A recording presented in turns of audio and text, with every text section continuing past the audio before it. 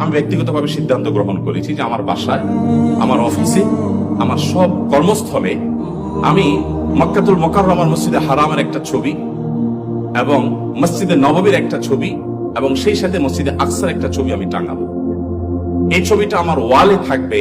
যত অতিথি আসবে, যত গেস্ট আসবে, এমনকি আমি যতদিন অফিসে বসবো, যতদিন বাসায় ঢুকবো, প্রত্যেকবার আমার নজরে পড়বে।